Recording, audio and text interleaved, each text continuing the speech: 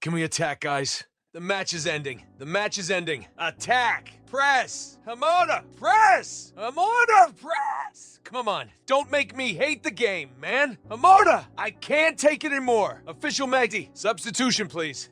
What numbers you want in and out? I would Hamoda 6. That'll end me. And get 20! One on the zone! That's weird. Hamada's talented. Thanks a lot. Hamoda's talented. Thanks a lot. Hamoda! You got me hating the job. What's that suck you're wearing too? See what Hamoda is doing. Do the opposite. Close up these spaces over there. What's that? Official! That's your substitution, coach. I hope you make a comeback. Damn you. I said player 6, not 9. You substituted my only striker off. And left Hamoda on the field. Forgive me. I get confused in numbers. And the 6 look a little like 9. I'll lose the championship. What did I 9? I'll lose the championship. What did I do to you? Coach, please, cover for me. I don't want to get fired. I originally do indoor sports. A poker dealer, you mean? No, an indoor sport referee. I don't want to go back to basketball. They bullied me. It's minute 98. Don't worry, I'll give you 10 minutes at a time. That's great. What? You idiot! 0 is on the right, not left. You ruined the championship. Coach, you okay? I'll call you an ambulance. Where's the medical team? They're with the other coach. I substituted their defender with the commentator. Call the ambulance fast. Hello? Where's the ambulance? They're not here yet. I called them. They're almost here. Hey guys, who called for firefighters? Did you see the English? The Ultra Shift version? On 6th February 1958, at night and at Munich Airport, an English airplane flying from Yugoslavia stopped at the airport for fuel before continuing to the UK. While everyone was warning from the extremely bad weather, the pilot tried twice to take off the plane. Taking off failed in both tries. The flight was about to be canceled. Then the pilot tried for the 3rd time and kept going on the runway. The pilot took on the runway while the plane was speeding to go ahead and take off. The runway ended, and the plane didn't take off. The plane got out of the airport's walls and crashed into the airport's fence and into a nearby house.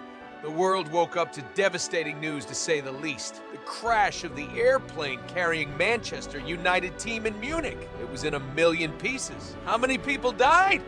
23 dead, including team members, team directors, and club press. The incident left behind 8 players dead from Manchester United's draft. Imagine 1/3 of the team died in that accident. The team manager, Matthew Busby, was in a serious medical condition. He went to the hospital unaware of what happened, and they hid from him that his players died. Alexander Matthew Busby was the first manager in Manchester United after what? That time! All clubs were in their lowest. After the war, all sport activities were suspended. No resources. Everyone was hung up on the war. Even the United Stadium. Old Trafford was bombed during the war. It's on you, Hitler! But Manchester United's board found its long-lost Colin, its new manager. It's true that Busby was a former player for Liverpool and Manchester City, the two rivals of the United, but he was well known by his disciplinary and managerial skills. So it's okay if he had worked with others. It's an advantage for us.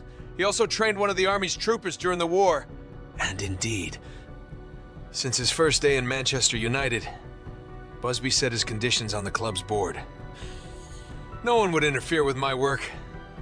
I know what I'm doing. Don't tell me who to use or not. I'm charismatic. I just came out of the war tired. Tired? Busby chose his assistant team. Among them was a very exceptional man, the previous Wales player and the spotlight hater, Jimmy Murphy, and indeed Murphy helped Busby in creating a good team. And with some training and discipline, they won their first cup in 1948, and then they won the league. But Busby and Murphy weren't thrilled by this, because they knew this was a mirage achievement. Their players' ages are old guys, straight to a retirement home. It was impossible for that team to keep up that quality. They had to recruit young men. And indeed, they start scouting and leveling up youth team members, so that after years of hard work, Busby collected the fruits of this work and won the league again twice in a row, 1956 and 1957, and dominates the local football by depending on the youth team. And that's when the people called these exceptional United youth team as Busby Babes. At that time, Busby was living his best life until the 1956-57 season, when a new continental competition appeared. Wait, Brewer? Doesn't the Egypt Cup go further back? Or you're talking about Africa Cup of Nations? Even in the football episodes, you're still naive. The known one, the Champions League. In the first edition of the Champions League, Real Madrid won. And that's when Busby and his babes dream of the following edition, and in the 1958 season, they presented a hopeful performance. And after beating the Red Star, C. Busby and his babes celebrated on the Yugoslavian fields. And they were excited for a Champions League final with Real Madrid, but as you know already, while they were heading back home, the devastating accident occurs in Munich, 1958. The team suddenly lost third of its power, these men that Busby raised. 8 players from the Busby Babes that the press called as dreams that went up as high as the sky and never came down. They just needed a longer runway. One of the survivor players of the incident, Bobby Charlton, and who later became a Manchester United legend, talked about the incident's details in an interview on Moodfee and said that he didn't understand what was going on. And all what he felt was his chair dislocating. He lost consciousness for 15 minutes just to wake up and find the airplane on fire. Everyone was trying to run. That he lived the hardest moments of his life in a hospital with a concussion while asking someone with a newspaper next to him about his friends' names. And he only replied with head gestures, whether they were alive or dead. After this incident, spirit was below zero. Matt Busby was between life and death. The surviving players like Bobby Charlton were under mental and physical therapy, and who knows if they would ever play again. Let me tell you, there was a possibility that the club shuts down. There would be no Manchester United, because simply there was no resources. Imagine if Paris G's plane was... no Messi. No football. That's what happened. Your team, your assets, the most valuable thing you have as a team, besides the stadium. Lost third of it. That's besides having a legendary manager lying in a hospital bed hanging on to life. But my friend, the only one who stood against this decision was Jimmy Murphy, Busby's assistant, who at the time passed on the Yugoslavia trip and didn't go. Murphy was appointed as a temporary manager and started to try bringing back life into the team and worked for months, trying to save what's left of Busby's work. Until bit by bit, Busby got better and came back with the intention of building a new generation, another round of Busby Babes. And in an epic story, Matt Busby built up a new team without any chance for failure or wasting any time. He bought new players and leveled up new young players and built a team from scratch. It wasn't easy at all. The new players were scared, and the old ones were still affected by the accident. They were their colleagues. They saw them in every corner of the field. But my friend, and that what interests me, that Busby pulled through it all with his strong personality.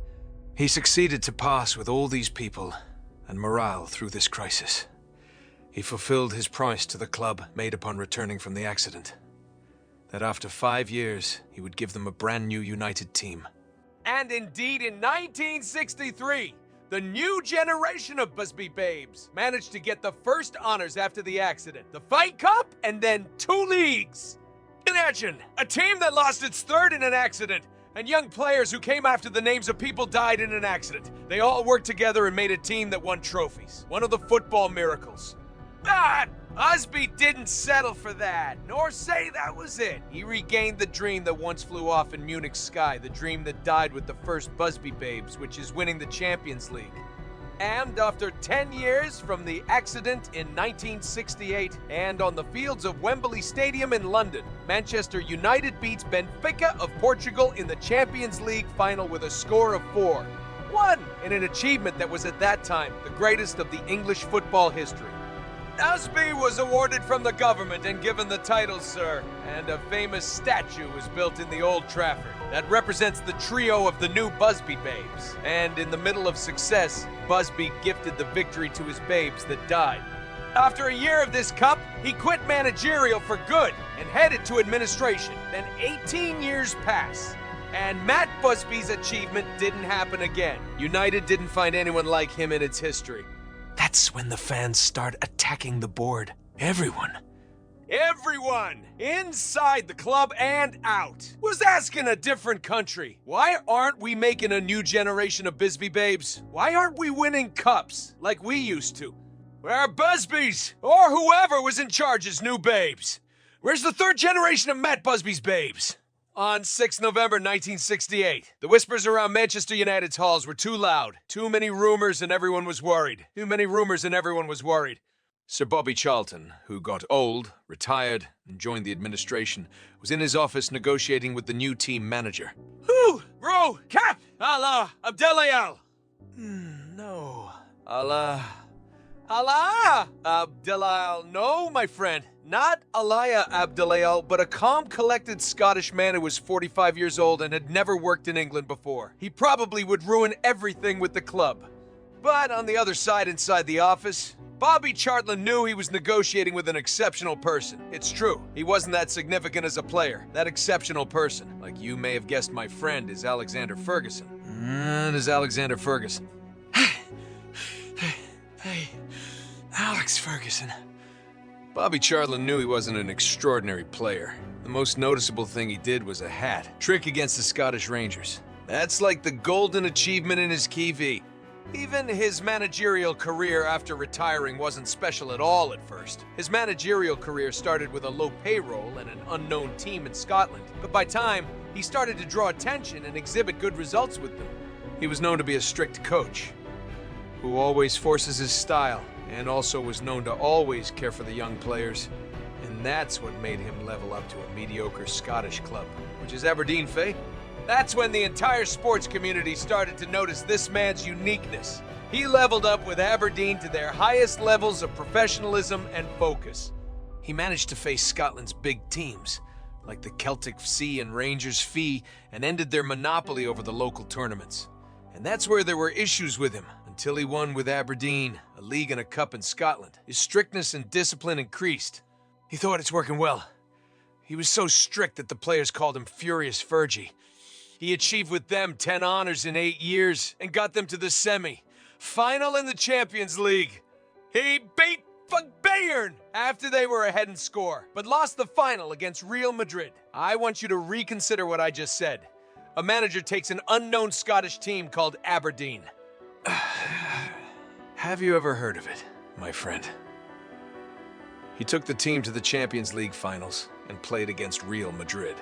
United's Bobby Charlton knew his career front to back and told Ferguson that the United's board saw him as the right man for their team. But before you agree, I want to be honest. If you agree, I want to be honest. If you agree, Alex, for the history of the team, let me tell you that it all went downhill after Matt Bisbee. If you agree for the name of Premier League, then let me tell you we're at the 19th place and we're a wreck, and we might relegate to the 2nd Division League. I can't tell you to agree for. We're the biggest club to approach you, because we know you received good offers from opponent clubs in the league, but if you're here for the fans, then let me tell you they have been hating on us for 20 years, because we didn't get any league and for the previous reasons. But if you're here for the money, your salary in Manchester United would be less than yours in Aberdeen. That's all. So what do you think, Mr. Alex? In this tempting offer, what did I do to get here? I want the other blue one that pays a lot. I'll check and see. Indeed, my friend, like you expected, Alex Ferguson was going to reject the offer until Bobby Charlton told him he didn't approach any manager except him, and that he was confident that United's greatest comeback would be with him. Indeed, Alex Ferguson got hired and released his first statement as United's new manager that he needed to win the league and have more titles than Liverpool. This statement was met with sarcasm by everyone. Easy, Tiger. Liverpool at that time had won the league for the 16th time, against only 7 times. For Manchester, it's only 7 times for Manchester. So you Scottish man would see yourself better than us and say that Manchester would top Liverpool and have higher number of titles. Wake up, man. Alex Ferguson decided to shut down his ears and focus on the team. At first, he was not happy with the players' lifestyle. They used to stay out late, drink, and party. But what?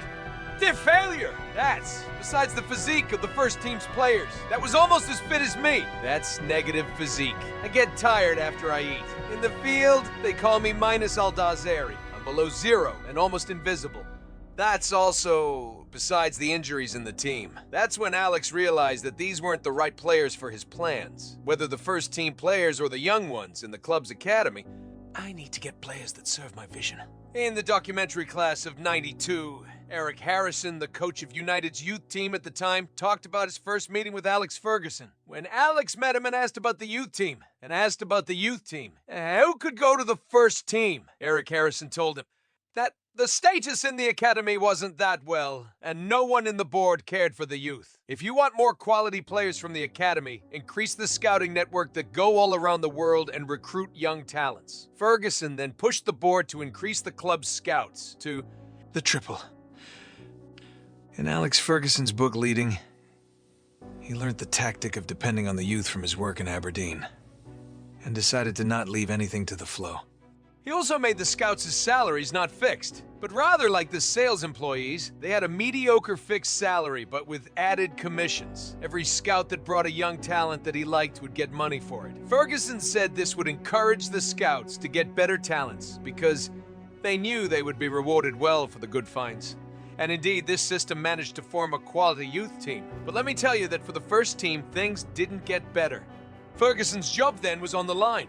The trust that was on his shoulders started to turn into suspicion in his work. That suspicion turned into rage from the fans in 1989-90 season, when the Manchester United lost 6 consecutive matches and tied in 2. That's besides the loss from the rival Manchester City with a 5-1 score. The media, fans, and everyone demanded the firing of Ferguson. Media fans, passerby fans. We want to win! We're not winning! Alex Ferguson had a match against Nottingham Forest, an important match against a powerful team back then that was led by a coaching legend, Brian Clough. My salutes to Ash Kanani and Adel Syed. All expectations said that if Alex lost, he'd be fired. Ferguson closed his ears and focused on the match. He motivated his players and studied his opponent carefully. And indeed, he beat Nottingham Forest and gave a kiss of life to his career. Not just that. Alex Ferguson would be back and won the FA Cup and Cup Winners' Cup in 1991. That's the bad manager. So, bro, the fans are now happy and thrilled and clapping for Alex Ferguson. My friend, Yves, let me tell you that the fans were still upset with Ferguson. We're Manchester United. How can we not win a league for 20? 2 years. But my friend Ferguson had them waiting till 1992, as he was extremely optimistic. Let me tell you that when a UK man gets optimistic, no! And I am optimistic. Know that it's a big deal. And I am optimistic. Actually, my friend, 1992 was a disappointing year to say the least. It's probably the year, Elizabeth, I hated the most, where she described it as a horrible year and to never be remembered by good. The situation in the country was not good. There was violence and riots and the floods that were all over the country. The financial status was awful, and the taxes increased. The Labour Party lost the elections, and Windsor Castle witnessed a great fire that continued for 15 hours, which was one of the oldest and most important UK buildings. The media was deep in the royal family's life, especially after 2 divorces for Elizabeth's sons and rumors on Prince Charles and Princess Diana split. And these circumstances weren't a lot different in sports because the team was sinking. People were smashing glass over each other. Manchester United lost the 1991-92 league from his rival Leeds United. That's when Alex Ferguson faced immense rage from the fans and a suspicion from the board. Didn't we start winning and everything was good? Everyone asked him. We've been waiting on your promise for 6 years. Where's the promise? Ferguson ignored everything and turned the other cheek. He took off and went to Eric Harrison, the United's youth coach, who increased his scouts and improved his academy and 3-folds of the scouts. He went up to Eric and found him inattentive, nor minding him. Nor minding him! You too, Eric! Ferguson called him on. Where are the players you promised to give me? I left you 6 years with them and tolerated the world's harsh words. I'm fed up. I want the new generation. Don't make me look bad. Eric! Looked him up and told him the guys need to focus in days. They would face Crystal Palace in the Youth Cup final, and the youth team hadn't won this tournament since 1964? Ferguson said. I hadn't won the league since 1960. 7, we're way behind, man. Anyway, Ferguson walked away and wished Eric luck in his match and said he would attend the final in the Old Trafford along with the first team players and board members, because I believe that. Everyone should watch the project we started together for the future of this club. And indeed, on 15th May 1992, and in the Old Trafford, or as Bobby Charlton called it, Theater of Dreams, they saw an extraordinary performance with many expected goal chances. As if there was a circus in the field, the United's youth players were on fire. They beat Crystal Palace's players and won the Fay Youth Cup with a 6-3 score. The total of the home and away matches. As the guys were celebrating in the locker room, who did they find waiting for them and clapping like the mysterious man clap? They saw Alex Ferguson saying that they're the best thing to happen in this miserable year, in a clear hint that he intended to make a revolution with these players. Ferguson, since before the match, and he knew the specific players he wanted for the first team. 6 unknown young British players in Manchester United, friends who were close and similar to each other, grouped through the club's academy. The first one and most famous was Ryan Giggs. The Wales boy, he brought from Manchester City's academy when he knew he was playing there but a United fan. Ryan! Giggs was a physically strong wing player but with serious game, and always tried to be effective, skillful but not a show. He always had ways to get to the goal. He worked well with his colleagues, and also used his speed and light, weight in one-on-one challenges for his excellence. Giggs was the first of his generation to get to the first team. He was a role model and an inspiration for them. Oh! If I got to the first team, you can do too. The second young player Ferguson liked was Nicky Butt, the fighter midfield player who's used to tough game, but on the personal level, no one could mess with him except one person. The cute guy outside the field, but naughty player in the field, Paul. Scholes. Scholes was Ferguson's third choice. He was skillful with passes and through passes, and shots that he shot from anywhere in the field and got to where he wanted. He shot ballistic missiles to his colleagues. He even used to mess with Nicky Butt with the ball, and whenever he found him inattentive, he shot him the ball no matter where he was, and it hit his head as a joke. Scholes was calm with child, like features, but that wasn't how he played at all. Ferguson described him as a child who ran away from school to play football. Old players were going for the 6, yard box and into the penalty area for a goal. But Scholes knew the magic happens outside in the midfield. Scholes knew the midfield. The right pass, or shoot ends, the match. It's enough to say that Scholes inspired the greatest midfielders like Xavi and Iniesta. Ferguson's 4th and 5th choices from the youth were the Neville brothers, Gary and Phil. Gary Neville, positioned right. Back was the older brother and youth team captain. They called him Uncle Gary. Ferguson said he was the perfect employee that any employer wants. He wasn't talented, but hardworking. He was committed to the system to the point that he left school to stay away from parties and bad friends from there. He avoided staying out and drinking. Typical employee. Imagine to focus on his career. He left his study. I would say, really, bro? I'll do the same. When you're a teenager in Manchester, under Alex Ferguson, then you can drop out of school. I'm telling you, and as important as Gary's protection of his brother Philip was, Philip always complained that being paired with his brother made him suffer, because he always played in older age ranges than him. And older guys on the teams always came at him. They saw him as a kid, but he wasn't an average player. He was fast and a joker. He played in any position. Midfield, defend him a lot, playing as a back left, while he was a right player. Whether Ryan Giggs or Paul Scholes or Nicky Butt or the Neville brothers, they all had in common the environment they came from. They were all from simple families who were trying to invest in their kids' talents, to level up socially and step up on the social ladder. Young boys who just wanted to play football without neighbors yelling in a vast place with grass. The 6th player that Ferguson liked in that generation, the 1992 generation. He wasn't like them at all. I want to give you a chance to guess who the pretty boy player was, who came from a luxurious neighborhood in London. Beckham, whenever anyone saw him, said that he is a model, not a football player. He came to the United to look down on us. He left the capital and came to the suburbs in Manchester to take photos and leave. But they then discovered they were with an exceptional teenager. He knew the history of their club better than they did. He used to go to the locker room and pick up the old players' clothes and shoes.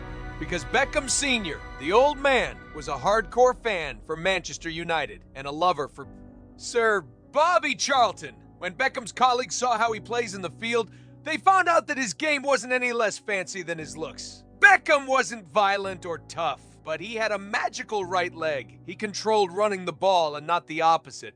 These 6 players started gradually training together and level up to the first team one after the other. When the fans heard of them, they got optimistic and expected a finally new version of Busby Babes. These are the ones who would achieve the dream we had long ago. These are the ones of the generation of the Busby Babes. These young men were supposedly at their happiest, but they were about to face a huge challenge. They had to prove their talent in front of the old team players before proving them for the opponents. And the old players wouldn't always or all advise and tutor. Some of them would harass the young players and see them as threat to their place. Do you think that since you can squeeze the game, run, and do tricks better than me, I'm supposed to let you do it for the team? My sake is more important. So we saw this hatred from the older players to the young ones. These are our replacements. And that's what happened in 1992. Bullying, pranks, and harassment from the older players, which happened in all teams under the cape of joking around. But Scholes said he suffered from this because of his young looks and small body. He was a bullying material. Scholes talked about that period with pain, that they used to sometimes lock him inside the big suitcases. And one time they put him inside an old clothes dryer. That's not the problem. We used to go in there as kids. The problem is they turned it on. If I were to be like Scholes, they'd put me in a microwave. But like I said, Scholes suffered a lot at the time and got panic attack from the incident, and it said that since that day he had troubles breathing that lived on with him all his career. But according to the rest of the young players, these situations only made them stronger and got them closer to each other. Beckham said that one of the qualities of Class of '92, that when they got older, they stopped these traditions in the United, and instead of bullying and making fun of the young players, they homed them. That generation was the most to feel the effects of bullying. That generation was the most to feel the effects of bullying. But that wasn't the greatest enemy. The real challenge is to trust yourself in front of a merciless, raging fan base who expect a lot from you. You have to realize your talent and behave accordingly. You have to realize your talent and behave accordingly. Unfortunately, there is no mercy. The fans are cruel. I, as the Class of '92, are facing a huge responsibility. To be the third version of the Busby Babes. Each one of us has a different personality and game style. Each one of us needs a different way of communication.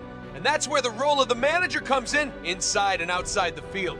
Danny Boyle, the Oscar-winning director on his movie Slumdog Millionaire, said about his city, Manchester, that it was a neglected city that caught people's and the government's attention through entertainment, and managed to attract England and the world to itself. Manchester only had 2 things. Concerts and football matches. Watch a match during the day, then party all night. Good. No, my friend, not good. If you're a football player in Manchester United, this is not good. You have to commit. There's partying and staying out. Don't be Maradona. That's what made Ferguson take a weird stand with Giggs and the others when he went and crashed a party in a house. Where he knew that Giggs and a couple of players were partying inside. Giggs talked about this incident in the documentary Class of '92 and said that he saw a weird scene with people running from the party and players hiding in the cabinets and one jumping from the window. Ferguson entered and kicked everybody out. Where is he? Where is Ryan Giggs? Who left his country to play in Manchester? He took Giggs in like Tawfik Abdelhamy did in Helm El Omer Film and kept scolding him. If you came from Wales to stay out and party, then you can go back. Your mother did everything to raise you on her own. Life doesn't give opportunities, so you have to respect the chance you're given to play in Manchester United. You haven't been on the field much, and I only asked for 15 years off. Commitment. I'm giving you a chance to be rich, famous, and to leave a real legacy behind. I only want your attention. I want to enjoy life without working. Continue your party. Giggs said that it was the day that changed his mentality, and as a role model for his generation, he affected all the young players. They all understood and respected Alex Ferguson's mentality. He also started to understand the needs of the team and focused on winning the first season of the English League with its new name, the English Premier League. The season started with a legendary deal when Alex Ferguson bought the crazy French forward, Eric Cantona, the King Cantona, He bought him from Leeds United with £1 million, and he bought the goalkeeper Peter Schmeichel a year before, and started to flavour the team with the players of Generation 92. The team started to present excellent results. And finally, after struggles, feuds, with no celebrations or parties, no dancing or drinking, just labor, work, and effort, and years. Long criticism for this manager. Finally, the Premier League went back to the Old Trafford after 25 years of absence. Alex Ferguson took it more seriously and started building on the previous season's success and entered the 1993-94 season with his head in the clouds and forced the board to increase his salary and make the deals he wants. And he bought the midfield legend Roy Keane with £4 million.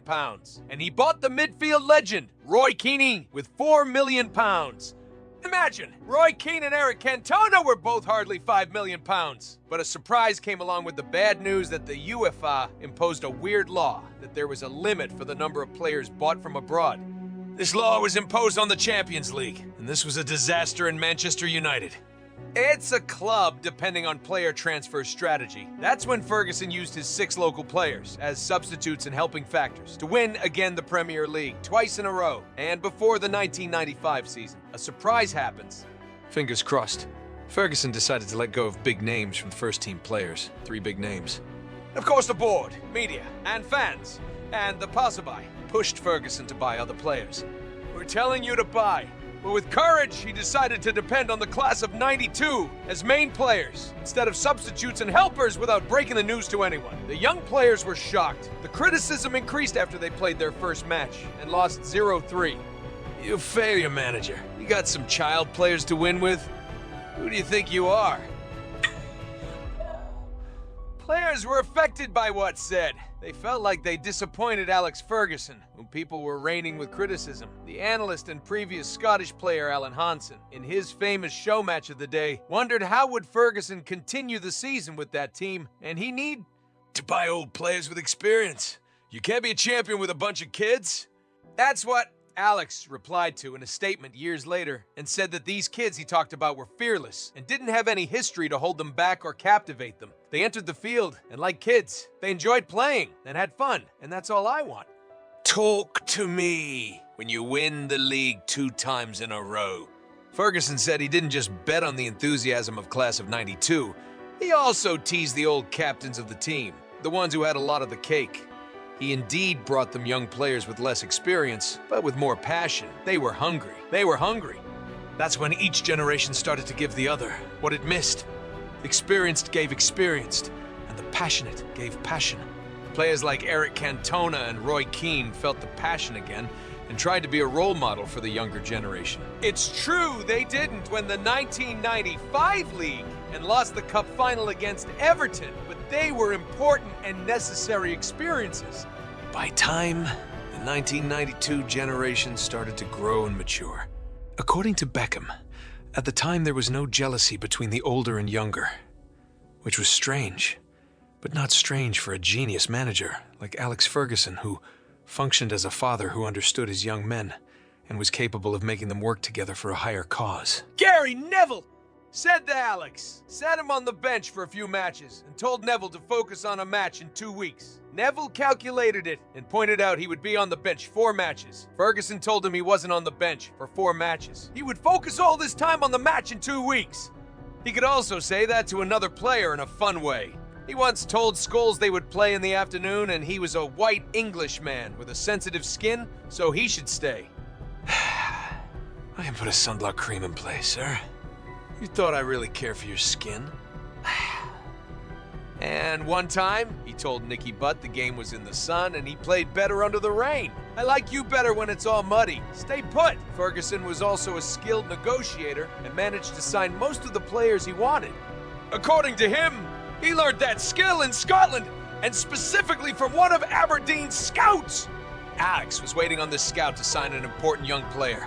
He found the scout leaving the player in the field with his friends and didn't negotiate with him. Sitting down with the player's mother talking, maybe about prices or how the kid no longer studied. Everything with the mother. Studied. Everything with the mother. Ferguson found the scout talking to the mother, not the son. He left the talent and was talking with the mother. He told him to focus on the kid. Then the scout told him, listen, Alex, the young player doesn't decide for himself in that age. The mother decides she is the one to tell him where to sign. The kid is playing football. An hour later, they saw the player's mother taking him from his friends and told him to sign there. Why? Because she was reassured by the scout. You then find someone like Adli El-Kai with a contact list of the players he brings are all mommies groups. That's the real soft power. The harsh power doesn't work anymore. Then a famed footballers sit on the coffee shop. They think themselves decision makers, but the mother has the controller. Ferguson did that with Beckham, who was known when he was 12 years old and all clubs wanted to sign him. But Ferguson didn't talk to him about signing at all. He sent him gifts with the club's name every year.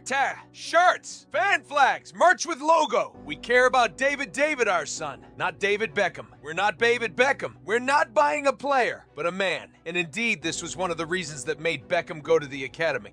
Ferguson also knew how to spot talents, even if they weren't from the club. We saw this with many players like Rooney, Ronaldo, Vidic, Carrick, and Evra. They joined the club with a certain price and value and left with $200 million. Alex Ferguson, in his book Leading, says that management is an art of balance between listening, learning, and leading.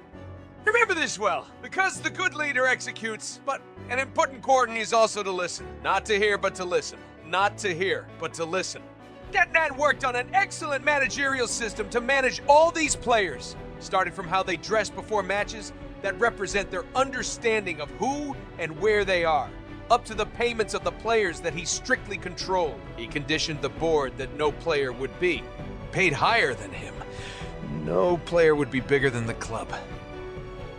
Discipline and system were the most important things. At the same time, that didn't make him an always strict person. No, he sometimes provided support when it was asked. For example, when the forward player Eric Cantona hit a Crystal Palace fan with the famous Kung. With the famous Kung! Fu kick and was banned for 9 months. Ferguson supported him in the midst of media fire attack. He indeed scolded his players and punished them in the locker room, but there was no way he left their face. To media or fans? Ferguson also didn't depend on a player just being talented. He had to pass the fitness test, and to be talented and committed. He didn't allow friendship between him and the players. When the captain Roy Keane criticized the levels of his colleagues, Ferguson sensed that this ship had 2 captains, and despite his love for Roy Keane, he let him go, because it was important to deliver a message for the rest that no one is bigger than the club.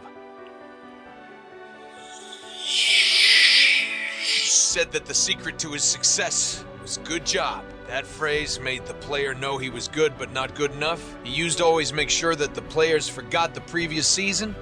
Because whether it was a good one and they won or a bad one and they lost, it was a past one, and they should focus on the future. He also said that he should be present outside of practice, just as he is inside, and to fully know his players, their upbringing, and where they're from, what they want, and what they dream of, to understand them. Ferguson knew the names of all the workers in the club, and some of the players' families and their conditions. The famous Cristiano Ronaldo said that he wouldn't forget for Alex Ferguson when he had an important match in the Champions League, and his father was sick in the hospital, Ferguson told him.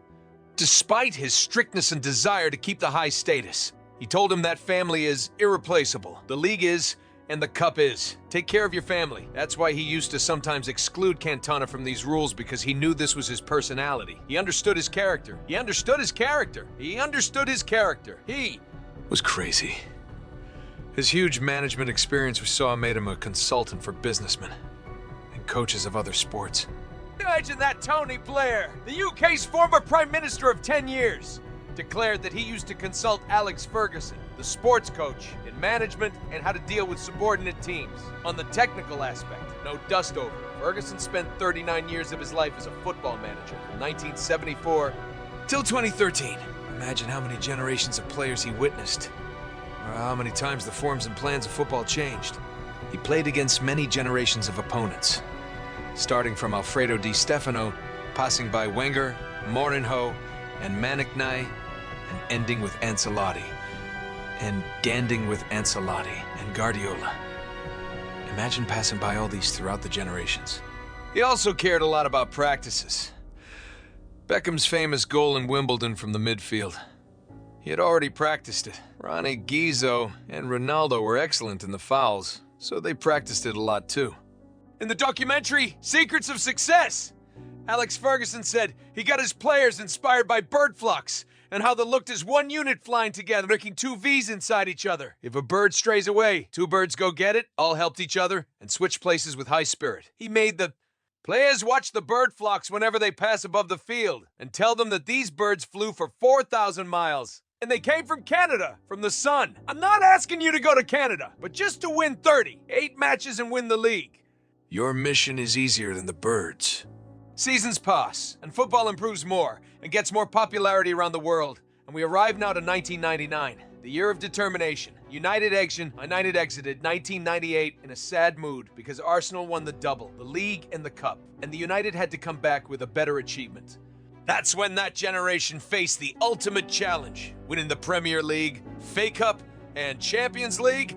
My friend, we're now on 26 May 1999 in a stadium known as the Camp Nou. We're in the United's last match of the season, the Champions League final against the German giant, SpC Bayern Munich, and specifically in the 90 minutes, the last moments of the match. The score was 1-0 for Bayern. The Bavarian that dreams of a treble. Munich was wasting goals in front of the United's goal. Its eyes on the coronation. Ferguson was pushing with 4 forwards. He lost anyway. 0. 1 was the same as 5. 0. Attack with all your power. You got nothing to defend. You got 0. It's either now or never. Alex didn't know what to tell his players. Fans after the match. How would he face them? With that score, we wasted our life. Long achievement. We were about to win a tournament the club hadn't won for 30 years. The first treble in the history of the club. After a long, hard year that started with managerial problems, changes in the technical staff and rumors that Ferguson left for UK's national team. That's besides Cantona's retirement and Schmeichel leaving the end of the season. Such a shame that the tournament goes to waste after a hard journey meeting Barcelona, Inter Milan, and Juventus, and losing Roy Keane, who was injured before the final, and after a league that we couldn't take until the last match. Against Tottenham, whom we beat after being behind in score, and after a cup that we pulled through with a fight against Liverpool with the same scenario of a comeback win after being behind. And the cup's final match. That Scholes gifted it for us before being suspended from the Bayern match. That season didn't just witness the improvement of the players, but also Ferguson himself. He did better in his statements and knew how to pressure inside and outside the field. He had a replacement for anything that could happen. He got Nicky Butt and depended on him to fill in the center midfield instead of Scholes and Roy Keane. But now we're in the 90 minute, and everything is about to end. All the dreaming, effort, and work is about to be in vain. Effort and work is about to be in vain. While 100,000 viewers knew the match was already over, and to leave before the exits get crowded. The United's fans knew this was its players' favorite scenario, 0. 1 followed by a comeback to 2. 1 had happened before, but apparently we aren't lucky this time. The ball doesn't want us. Playing well? It's 90, and the Italian referee Collina gives 3 minutes added time. And while Alex was thinking about pointing out to his watch in his famous Fergie time move, asking for more time, it's a famous move of his. The ball goes to the left to Gary Neville and manages to get a corner. Peter Schmeichel, the crazy goalkeeper, advanced to participate in the cross and was in Bayern's penalty area. There's nothing to lose. Even the goalkeeper was a forward. That was Schmeichel's last year in the United, and he wanted to leave with his head in the clouds. In the documentary, The Class of '92, Ferguson said in that moment his mind wasn't in the field.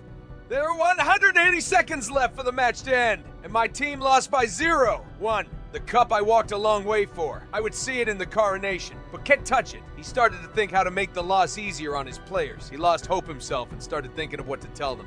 How would you make it better? Out of 4. Goal. Silence spread over the entire field for parts of a second. And then everything turns into hysterical screaming. David Beckham shot from the corner, fixated on Schmeichel's head, the tallest one. It fell and passes through the players until it reached Ryan Giggs, who gave it to Teddy. Substitute striker and then sits in Oliver Kahn's goal. A moment of silence and disbelief. The draw goal! You could hear the players' breaths from the seats. Suddenly the Camp Nou is shaken by red flags everywhere in the field. Ferguson's assistant, Steve McLaren, told him they need to close their side. We pushed many forwards to get a goal. We now Need to step back and decide what to do in the extra time. Ferguson said no. The match is over, and Bayern Munich ends today. You know what happens to the spirit after this kind of goals? That's Ferguson, or I always come back with these players. Steve. They're fleeting moments from Aberdeen's comeback against Bayern Munich. The assistant was young and didn't know what Alex meant until he saw Beckham at the corner flag. All nice things start at Beckham's feet. A corner kick in the last few seconds of the match of the Champions League final. The ball gets to Teddy Sheringham again, who dreamt of having his name known in this incident as a hero with 2 goals. But the ball is fair and said it wasn't only his achievement. Didn't you score a goal? That's enough. It's the whole club's achievement. That's when the ball leaves Teddy's head to the feet of the Norwegian master, the smiling killer, Gunnar Solskjaer, who scores the second goal in the match's last seconds. That wasn't the extra time. Oh, what I said. These 2 goals were in just 3 minutes. The last 3 minutes of the match. Some people's love for Manchester United was born and lived ever since for that match. Just that match. Just that match. These 3 minutes. The stadium was far away from silent. Everyone went crazy and ecstatic of winning. Schmeichel did cartwheels by the goal, and the rest of the players are celebrating as if it's England's win in World War. Everyone was hugging, dancing, and celebrating. On the other hand, the Bayern players were struck by nuclear missiles. No one believed what happened. It's the worst scenario to lose with. The treble dream and glory went away after 90 minutes as a victor, and before the extra time. We were the champions 3 minutes ago. A golden generation? Alex Ferguson said about that moment that it's as if God pointed at me and told me, "This is your moment, Alex." No need to say that the referee called the end of the match, and everyone continued to celebrate. Alex took off his glasses to keep it from breaking with all the celebrating, and his eyes were looking proudly at the 6 guys he loved and raised. None of them was in the spotlight that day, or even scored a goal. They played like they always do. Some young men having fun. None of them gave up, and fun. None of them gave up, and that's what it needs to win. Ferguson left the players and the celebrations and went up to the audience. He put his hands over his eyes to see better and started looking for the most important person in the 100,000 viewers. Who? Kathy. Where's Kathy? Ferguson was looking for his wife, who lived the journey with him, and he waved at her, smiling. Your husband Alex won all his battles today. Your husband Alex in that moment is the best manager in the world. The champion of England, Europe, and everything. My dear wife, Kathy, some dreams do come true. In an interview with Alex Ferguson on Sky Sports, who became Sir Alex Ferguson after the 1999 treble, the Sky interviewer asked him a devious question. He asked him who he thought was the current best player. Who he thought was the current best player. Cristiano Ronaldo or Lionel Messi? Actually, the Sir also replied with a devious answer. He kept maneuvering and then said they both have been top tier for years. And each one of them is good at something. That one is kind, and this one is gentle. Both of them have individual qualities and persona. The interviewer cornered him and told him to answer the question frankly. I asked a direct question. Give me a direct answer. Ronaldo or Messi?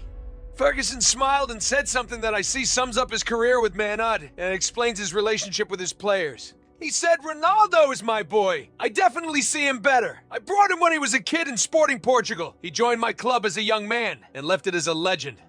The best player in the world. The same thing applies to Beckham and his famous incident when Ferguson once got mad in the locker room for his poor performance in the field and threw a cleat to his face that lacerated his eyebrow. A situation like that, despite being disastrous. Wrong, an insult, unprofessional, and there's no way it would pass now. But it did at the time, because it wasn't a manager-player relationship, it was a father-son one, including the good things, like what we said in the episode, and the bad things, like what we said in the episode and the bad things. The harm, like this situation. We're now talking about different football. The current football is different. The managers no longer stay all these years in one club. They no longer witness a player's full career. Players became more professional, and every player has an agent that talks on his behalf. There are no more mothers to negotiate deals with. Every player now has a team working solely for him. The interaction space between the player and the manager is way less now. Players like Gary Neville and Paul Scholes didn't know other managers all their lives. They weren't coached by anyone through their career, except Alex Ferguson. That's why Beckham let go of that situation where he was, right? And considered that Sir Alex didn't hit him. And this can be explained with the father-son closeness. Ferguson said about the 1992 generation that it wasn't easy for him as a father who lived all their stages with them and saw them grow to watch them leave the club. But it was even harder that it was my decision sometimes for them to leave one after the other. It was impossible to think I stayed in the same place for more than 20 years. But these are my kids. They helped me. Sir Alex's relationship with the 92 generation didn't happen with this athletic quality before, nor would probably happen again with the same depth and closeness. Football is now business.